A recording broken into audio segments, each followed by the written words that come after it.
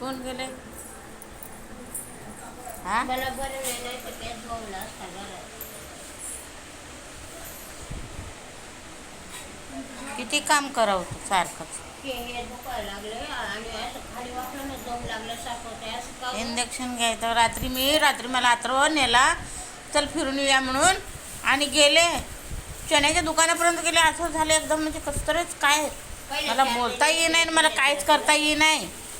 आणि एकदमच कसं तिथूनच वापस आले.